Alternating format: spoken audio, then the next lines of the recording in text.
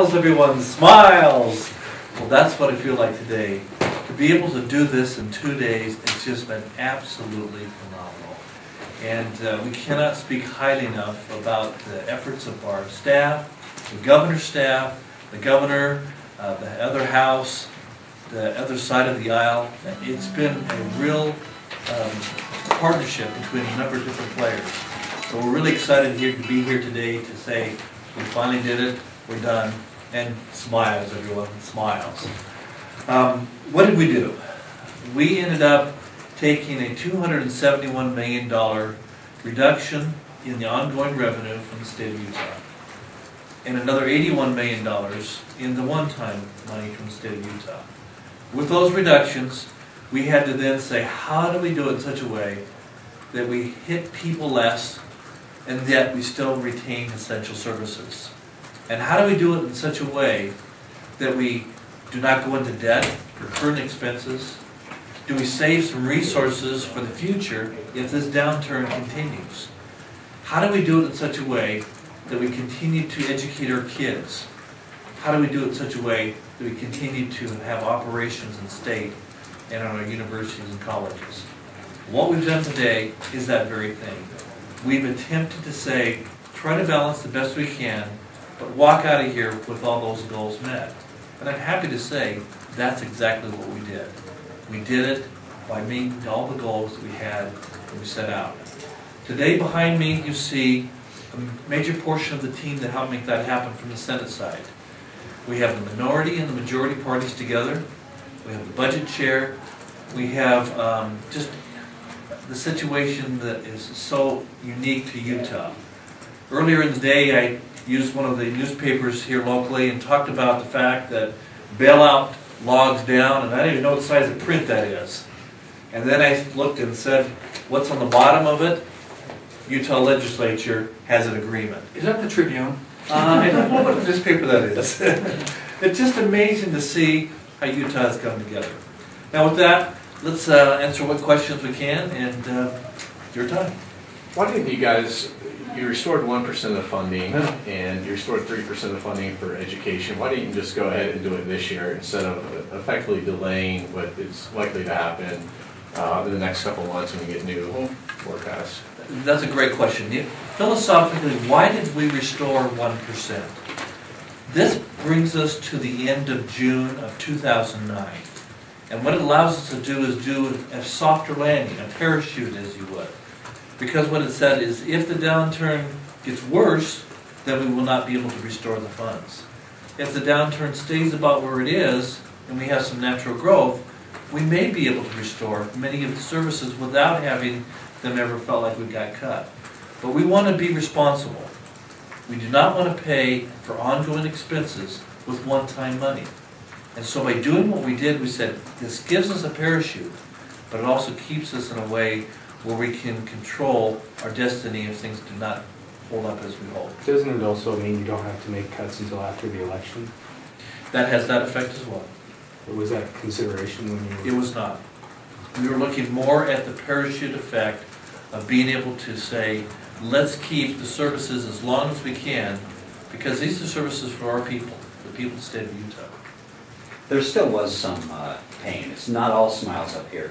I think specifically there are some folks on Medicaid who got vision and dental and now won't have it, I understand, because of these cuts. There's always a difficulty whenever you have to make cuts.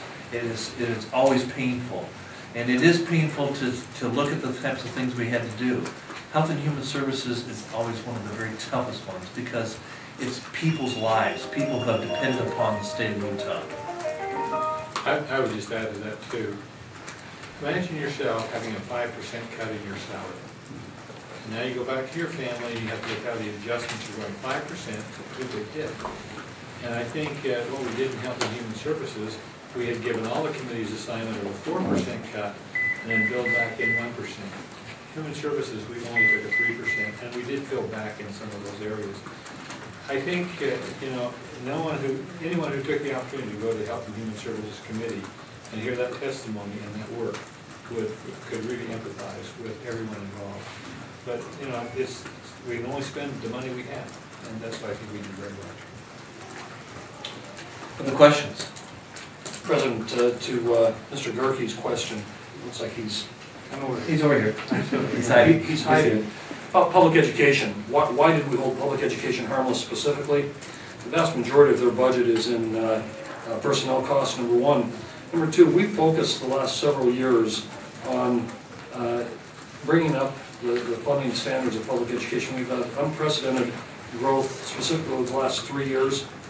We wanted to maintain those through the current budget year without the cuts. And we're in an election year, but not, I don't think on either side of the aisle did we talk about what would happen on November 4th, given what we felt we needed to do. This was stepping up and fulfilling our constitutional responsibility. We felt it was the most responsible thing to do, given the nature of where public education is in the state today, and what we tried to do as a legislature, specifically the last couple of years. Doesn't this, though, give you something effective to campaign on, especially as everyone's, the voters are focused on the national budget crisis? You can go back to your constituents and say, yeah, we were having budget problems too, but look what we did to solve it. The obvious answer to that is yes. And this really does go back to why we're the best managed state in the nation. It's because we take it seriously, we try to remember the human element, and we try to do responsible things for the future. You're right, it does. But President, I believe that both Republicans and Democrats coming out of this legislature can say, look, we stepped up to our constitutional responsibility, and this was bipartisan. Senator Dmytryk, Senator Davis, Senator Goodfellow deserve as much credit for what we did here, and Democrats will be able to say, look, we balanced the budget, we held education harmless, as will Republicans. So is there an advantage to either side in an election? No. That's why it was important, to understand that this was bipartisan. I'd like to add this too on the politics. I remember when we first started talking about it, I had a constituent call me and said, you must be crazy. Why are you doing this just before elections? Just hide it. And then wait till after the election. So it's almost damned if you do and damned if you don't, no matter what the decision is.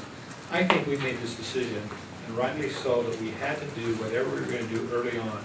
We were forced to do a very, very quick revenue estimate. We don't normally do it this time of the year to find out where we were. And we stepped in immediately. And I'll tell you, if you think it was hard today, you wait and not do anything until January. It is really hard, because then half the budgets are spent. You have that, and it makes it much more difficult. So politically, one way or the other, I think we did what was right, and politics weren't really good. Elizabeth. I'm sorry, I have to interject, but you say, this was, you think this was hard today. Everyone today has said, this has been so easy. This has been, as far as a difficult process. And many of the most difficult decisions are going to be put off until January. Just like what you said, that if we waited until January, we'd have to make these difficult decisions. But everyone seems to agree that really a lot of difficult decisions are going to be made this next legislative session about the budget. Yeah, but the decision we make in January primarily will be for fiscal year 2010. So we'll have January to implement what we're going to do as we look at that budget 6 to 18 months ahead. So the solutions for 09 budget have been, I think, hopefully largely made, although there may be some more downturn that we'll have to address, but I think we've got that to we've handled that. But it's true, we'll have to make a decision, but they're not going to be for 6 months to 18 months ahead. The lessons we learned in 2001 were very clear, and that is, if you don't make the cuts early enough, the expenditures go on as though you had the higher revenues, and all of a sudden when you get into the general session, you have 3 months left for the budget cut of the current year, and you fall off the cliff. What we did is we moved that back so that we're only 3 months into a budget year. Making the cuts now kept us from having to do larger cuts in 9 months. Has somebody said, I'm sorry, somebody already said, compared the process here to what's going on in Washington? If not, yeah, we did. You did? Yeah, we okay, did. Thanks. We did that. Okay, in some past years, I think 2001 you put it off for the session, but in other years, the governor has power and has made cuts on his own. Could that have happened here? Did we need you guys? Did you do any